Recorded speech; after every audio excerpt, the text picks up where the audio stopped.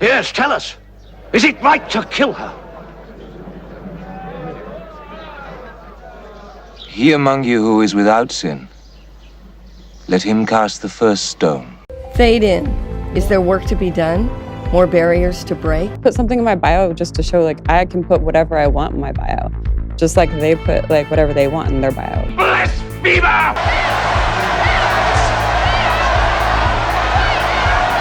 Are there any women here today? Would you like to apologize? No. That he has never sinned. Admit that you are a sinner. It was like our favorite thing to do. It was like make fun of people. Well, I've sinned. Didn't take any Polaroids or anything. That guy's got a serious weight problem. Look, here's the deal. I mean, this just strikes me as white privilege to the absolute, like, in ridiculous degree. Like, describe it. It's like me. I like young women, let's put it this way. Goes for Roman Polanski. I thought it would be more of a thing where you can like, bring people together. I was like, oh, this is like bring people together. We have found the witch. May we burn her? Cancel culture is important because it teaches the lesson. Hell yeah, girl. Oh my God. I have sinned against you, my Lord. Hypocrites all! Gina has such an incredibly sweet and genuine persona.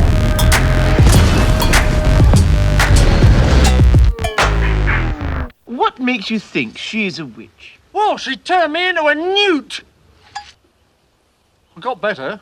This video is sponsored by Squarespace. No one can stop you with a Squarespace website. They say the greatest trick the devil ever pulled was convincing the world he didn't exist. Well, I think Kathleen Kennedy would give him a run for his money. Now, before we get into the lies, shills, media scum, and the completely hypocritical evil behaviour routinely displayed by Disney and Lucasfilm, let me explain something to Ms. Kennedy. The word you are looking for is personality, because personality and persona are two very different things. Personality, the essential character of a person. Persona, the mask or facade not representing the inner personality of the individual. When Gina has such an incredibly sweet and genuine persona. So what's more likely? Kathleen Kennedy doesn't know the difference between persona and personality? Or she just didn't like Gina from the beginning? You know, on stage, it was a rush of like this positive energy, which I was not expecting. Now, the idiot army is in full force over the Gina Carano sacking. They have been gunning for her for months. Why? Wrong think. Yep, back to the times of fanatics, witch hunts, and blacklists. And Gina's part in all of this? Being naive enough to think that in this day and age, she had the right to express an opinion. Being naive enough to think that Twitter was a place to try and bring people together. Being naive enough to think her employer would support her against the lies.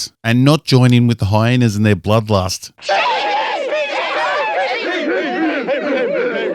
Being naive enough to think that Kathleen Kennedy was actually looking out for all women. Now, to quickly go over the Twitter mob's reasoning, and it can be done quickly because you have to be either an idiot or a liar to come to the conclusion that Gina is any of the labels that they love to throw at her. The terrible, hate-driven, I can't even say it, beep, bop, boop incident. God, go easy on my soul for saying that. Demons out! Now, lots of people put funny, stupid things in their Twitter bio. Why did these 3 words upset so many? How did this group of terribly upset people know these 3 words were directed at them? Well, that's simple. And this is one of the many things the media love to ignore. The really upset victims of those 3 words had been targeting Gina for months with non-stop harassment and abuse. And why? For wrong think. Because Gina didn't think like them. But it was my first time voting.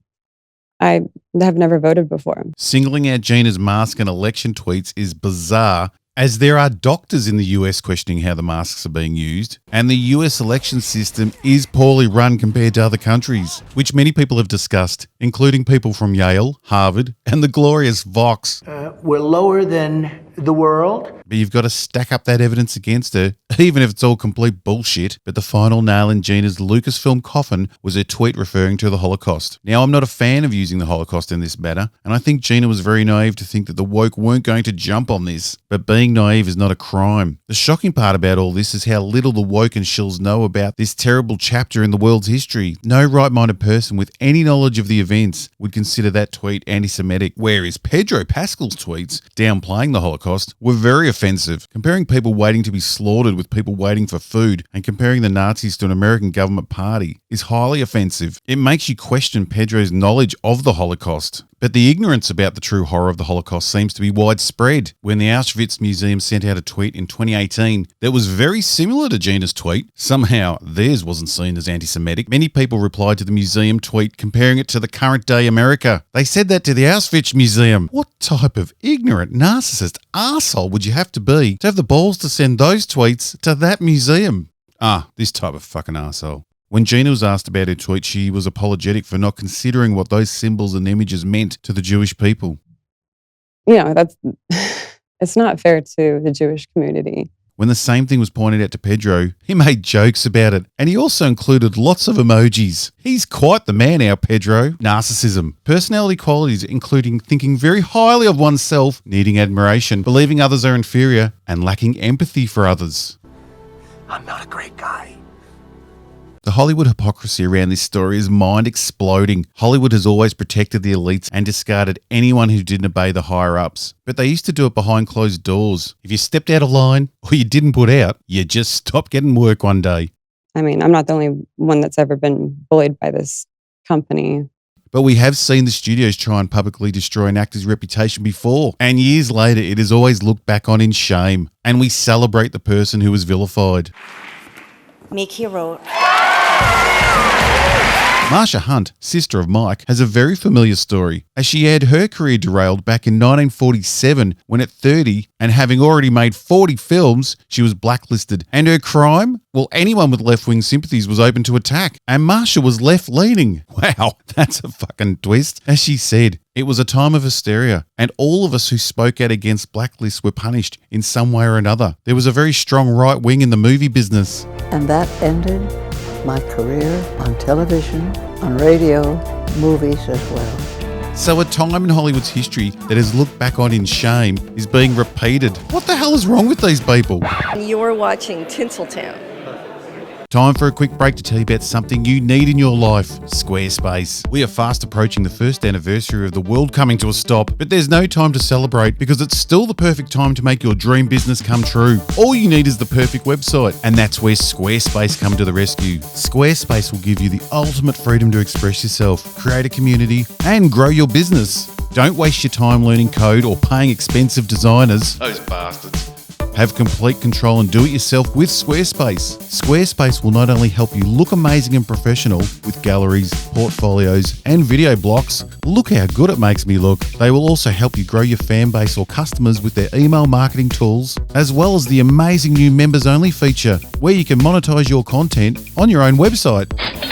Go to squarespace.com to start your free trial, and when you are ready to take off, go to squarespace.com/robothead, use the code robothead, and you will receive a full 10% off your first purchase. Just think, that's 10% off to help you make your dreams come true. Sign up to Squarespace today, and you'll be ready to take on that world.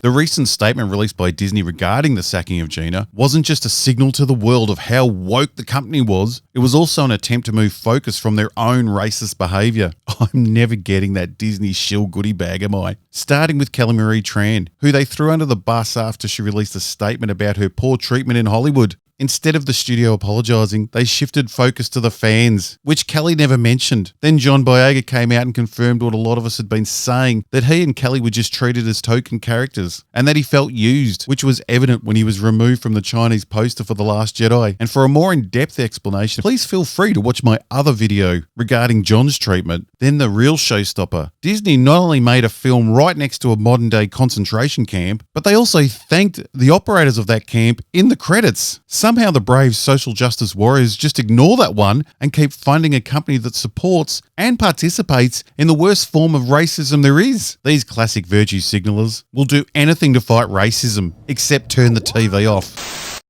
I mean, Disney is a company that's all about inclusivity and diversity and being welcoming, and she just does not exhibit any of those qualities. And who is the Hollywood master at covering their tracks? Who has tricked the mob into giving them standing ovations? The I'm not part of the problem, Kathleen Kennedy. Hypocritical, behaving in a way that suggests one has higher standards or more noble beliefs than is the case. The veteran filmmaker who acts like she's an innocent bystander that has just arrived in Hollywood. When asked about women in Hollywood, she blames the people in power. She is in power. She's one of the most powerful people in Hollywood. And it was 1973 that I was hired as a camera operator. And there are still no women. And that's just, it's completely unacceptable. I have no idea why we can't change that. Why do you think that this is the case? I'm not sure I completely understand. Other than the fact that there are people involved in powerful positions who are just not trying hard enough. She's been in a powerful position since the 80s. She produced E.T. in 1984. That's nearly 40 years ago. 40 years she's been in a position to make change. She's not fighting against the system. She is the system. But in a sad case of reverse sexism, the SJW army doesn't see it that way because she's a woman. And for her next trick, Kathleen Kennedy calls for a zero-tolerance policy after the Harvey Weinstein scandal. Harvey Weinstein's behaviour has been an open secret in Hollywood for decades. Harvey Weinstein invites you to a private party and enforces and stuff. Congratulations, you 5 ladies no longer have to pretend to be attracted to Harvey Weinstein. It was written into his contracts how much money he'd have to pay every time he molested someone associated with a film. Why didn't one of the most powerful producers in Hollywood call for a zero-tolerance policy a decade ago? Why not 2 decades ago? Are we meant to believe everyone in Hollywood knew about Harvey, except Kathleen Kennedy? A movie where people survive by acting like they don't see a thing. Sort of like working for Harvey Weinstein. You did it. I didn't. You did it. She didn't call him out years ago because she had nothing to gain. Some of Harvey's victims have described how Harvey's assistants would deliver them to his room. Harvey's staff have also admitted knowing what was happening to the women, and not one of them went to the police or spoke out, all for a job in Hollywood. He was very disheveled looking, huge, and he was wearing a sort of black stained, dirty t-shirt, and I just thought, oh. Despite those first impressions, she jumped at the chance to work in the movies. Do you think if Harvey was running the local accounting firm, the staff would work for a known rapist longer than a day? But something truly bizarre happened on her very first day. What about 6 years? Yes, Kathleen Kennedy's new bestie that's going to be a strong woman making Star Wars is Leslie Headland, who was an assistant for Harvey Weinstein for 6 years, working her way all the way up to personal assistant. Wow, I bet she has some stories. 6 years is a long time to work for someone you know attacks women. We're talking about Harvey Weinstein. Right. He's doing weird shit now to his assistant when I'm just sitting there. He pulled me, made me stand next to him, and he fucking off. Did she stand up for those women? No. Does Kathleen care? No. Because it's not about the women. It's all about selling an image. That was like our favorite thing to do, was like make fun of people. At least Leslie Headland doesn't hold a grudge. In 2012, after she'd stopped working for Harvey, she was still feeling the love, talking about how educational and cool it was working for Harvey. Even adding, I can't believe how brilliant this guy is. The fact that Harvey Weinstein had just paid her a lot of money for one of her first scripts and was going to let her direct for the first time probably had nothing to do with her fond memories of working for him.